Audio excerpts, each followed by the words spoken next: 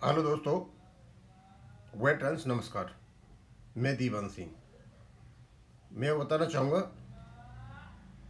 कि जो respondent number 5 arise का जो सिनॉप्सिस है, उसके कारनामे तो आप देख ही रहे हो।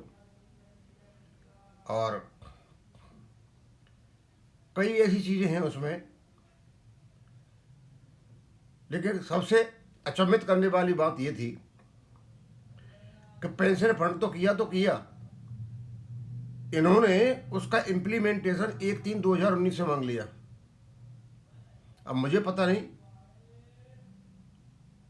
उससे ये कैसे पीछे छुड़ाएंगे और कैसे इन्हें स्पेकुलेशन कर लिया कि 1/3/2019 से ही ये लागू होगा। अब ये तो सुप्रीम कोर्ट से ही पता चलेगा कि किस प्रकार इम्प्लीमेंट किया जाता है, या इनकी कोई ऐसी कोई बात तो ही है। और कहते हैं ना, नाच न जाने आंगन टेढ़ा। इनको ज़्यादा कुछ करना नहीं था। ये सिविल अपील थी, इसमें केवल और केवल 35(1) को ही करना था जो कुछ करना था, लेकिन उससे बियॉन्ड चल करके कुछ भी करने की जरूरत नहीं थी और वो लगभग एस्टेब्लिश्ड हो गया। अब मुझे तो नहीं लगता, क्योंकि ये इम्प्लीटेड पार्टी है, इसके सिनॉप्सिस का बहुत ज़्यादा कोई महत्व होगा। हाँ, अब इसके जो ओरिजिनल पिटिशनर हैं, मेन तो वो हैं, इनके जो एलआर है, लीगल रिप्रेजेंटेटिव, उनका केस लड़ रहे हैं गुलाटी साहब। सारा दारोमदार अब गुलाटी साहब पर होगा, क्यों मनीष जो वकील हैं, उन्होंने तो अपना जो रोल है बहुत अच्छा अदा कर दिया। बस शुरू में इनकी गलत ब्रीफिंग से उनसे थोड़ा सा स्टैंड खराब हुआ था। अब 12 तारीख कोई दूर नहीं है, आने वाली है, और हम आशा करते हैं, आशा तो यही की जा रही है कि सब कुछ ठीक होगा। लेकिन जब तक हो नहीं जाता है, जब तक कई प्रकार की शंकाएं होती हैं। दोस्तों, अभी आपकी होली गई, दुल्हनी गई, और पाटनी साहब, एडवोकेट कमल पाटनी साहब तो पुनः मैदान में आ चुके हैं। होली के टाइम पे थोड़े शांत थे वो। उन्होंने फिर एक लेख लिखा, bank pensioners updation, pension fund की कमी या प्रबंधन की विफलता। अब कमी तो हो नहीं सकती, चाहे नुकसान हो या फायदा, रेगुलेशन है। तो कोई ऐसा तो नहीं है प्रबंधन ही खराब हो रहा, तो मुझे तो प्रबंधन ही खराब लग रहा है। क्योंकि ये जो पेंशन दे रहे हैं वर्तमान पेंशन धारकों को, इनको देना चाहिए था जो इनकम जनरेट हुई उससे प्लस जो एक्चुअरियल कैलकुलेशन होता है, जो शॉर्टेज होता है, पेंशन जितनी पे हो रही है उसके बीच गैप वहाँ से आना चाहिए था पूरा।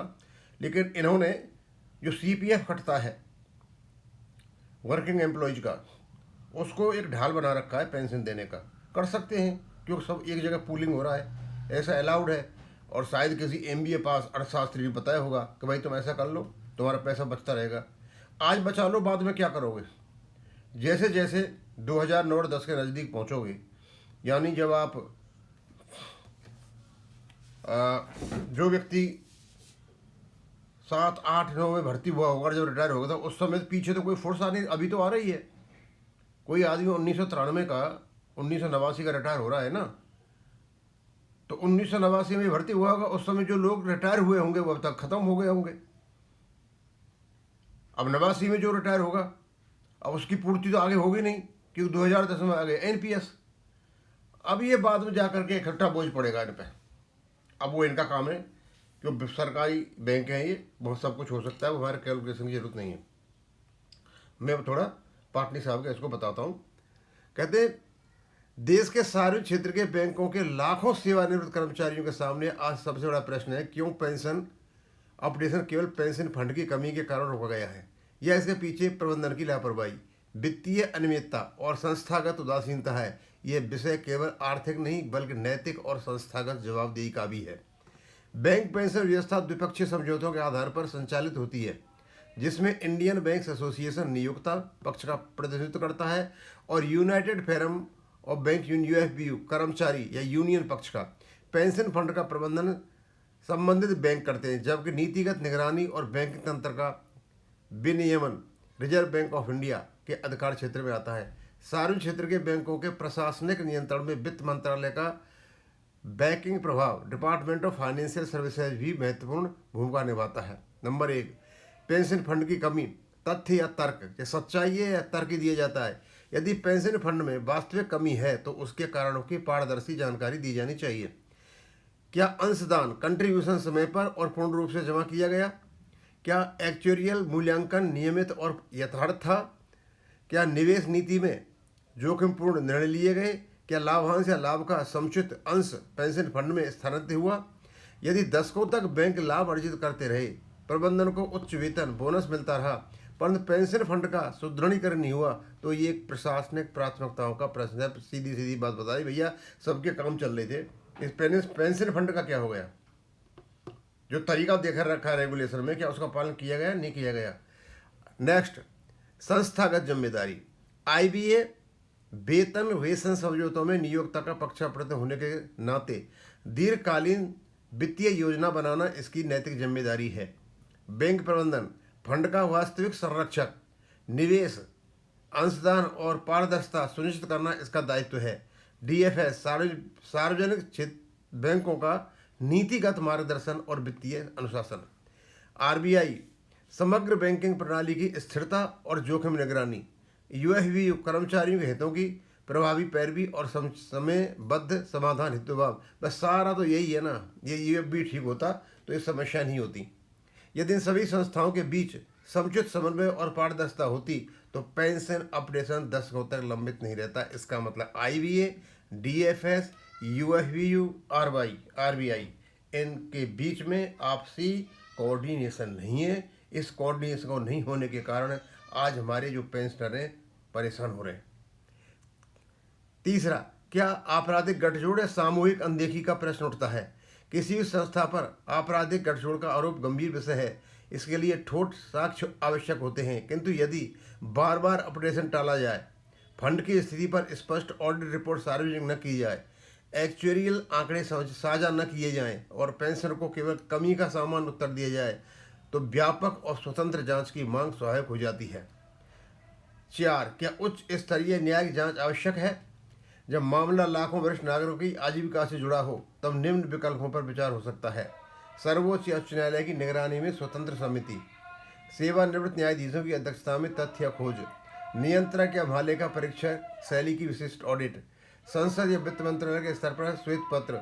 निष्पक्ष जांच से ये स्पष्ट होगा कि पेंशन फंड की वास्तविक वित्तीय स्थिति क्या है, अपडेशन संभव है या नहीं, यदि कमी है तो उसके लिए कौन जिम्मेदार है, सुधारात्मक कदम क्या है। अब ये जो चौथे नंबर का दिया है पाटनी साहब ने, सर इसकी तो ज़रूरत है ही नहीं। अब तो इसका होने वाला है सर, जो कुछ भी है इसका टाइम निकल चुका है और अब इस स्थिति पर पहुंचता है। कोशिश तो यही हो रही है कि ये चौथे की नंबर की स्थिति पर पहुंचा दिया जाए और उसके बाद इसको छन्ने बस्ते में डाल दिया जाए। यही कोशिश हो रही है। 12 तारीख को देखते हैं क्या है, लेकिन कोशिश यही हो रही है कैसे भी करके इसको इस प्रकार से बहस की जाए कि ये उसमें चला जाए ठंडे बस्ते में। निष्कर्ष, पेंशन अनुग्रह नहीं बल्कि सेवा के बदले अर्जित अधिकार है। यदि फंड प्रबंधन में चूक हुई है तो उसकी जवाबदेही तय होनी चाहिए। यदि वास्तव में वित्तीय बाधा है तो पारदर्शी आंकड़ों का साथ समाधान प्रस्तुत किया जाना चाहिए। एक विस्तृत, निष्पक्ष और उच्च स्तरीय न्यायिक स्वतंत्र जांच न केवल पेंशन को विश्वास दिलाएगी बल्कि बैंकिंग प्रणाली की साखी मजबूत करेगी। हाँ, इस फंड का ये किया सर, क्यों मेरे तो लगता है कि इसके जो अकाउंटिंग सिस्टम है वही गलत है। भाई, जो सीपीएफ का पैसा सर्विंग एम्प्लॉयज का कट रहा है, उससे आप पेंशन कैसे दे सकते हो। मान लिया आपकी इनकम है, वो इनकम क्या आपके एक फंड में जाकर के पूल हो रहा है, सारा पैसा आता जा रहा है, लेकिन ये जो पैसा एक कैपिटल स्ट्रक्चर का पार्ट है, ये कैपिटल रिसीट है। आप रेवेन्यू रिसीट नहीं मान सकते इसको, केवल आप रेवेन्यू रिसीट जो होगी उससे आप पेंशन दे सकते हो। और रेवेन्यू रिसीट में कोई कमी भी होती है तो उसकी खानापूर्ति की जाएगी रेगुलेशन 11 से और एक्चुअल कैलकुलेशन के आधार पर। वो नहीं हो रहा है, रेगुलेशन 11 का पालन नहीं हो रहा है और उसकी वजह से ये जो पेंशन फंड है ये कम हो रहा है। अदरवाइज ये बहुत ज़्यादा होता अब तक।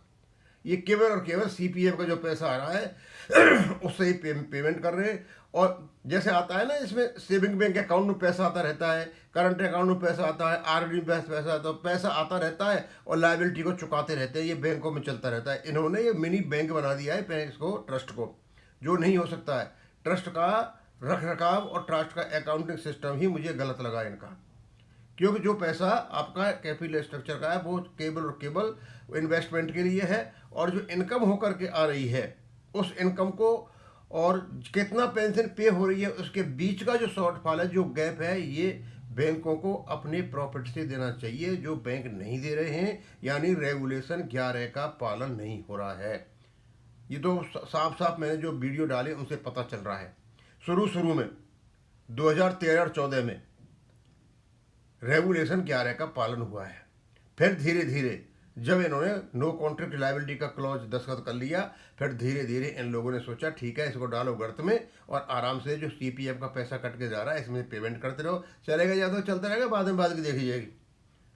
ये है सारी कमी, और उसी की वजह से ये पेंशन फंड की तब भी कमी नहीं है, इनकी जिम्मेदारी है, देंगे पैसा तो कोई परेशानी नहीं है। लेकिन इन्होंने जो रवैया अपनाया ना, ये मोड चेंज किया है इस मोड को बचाने के लिए ये पेंशन अपडेशन नहीं करना चाहते। अब मैं यही खत्म करूँगा। थैंक यू, धन्यवाद।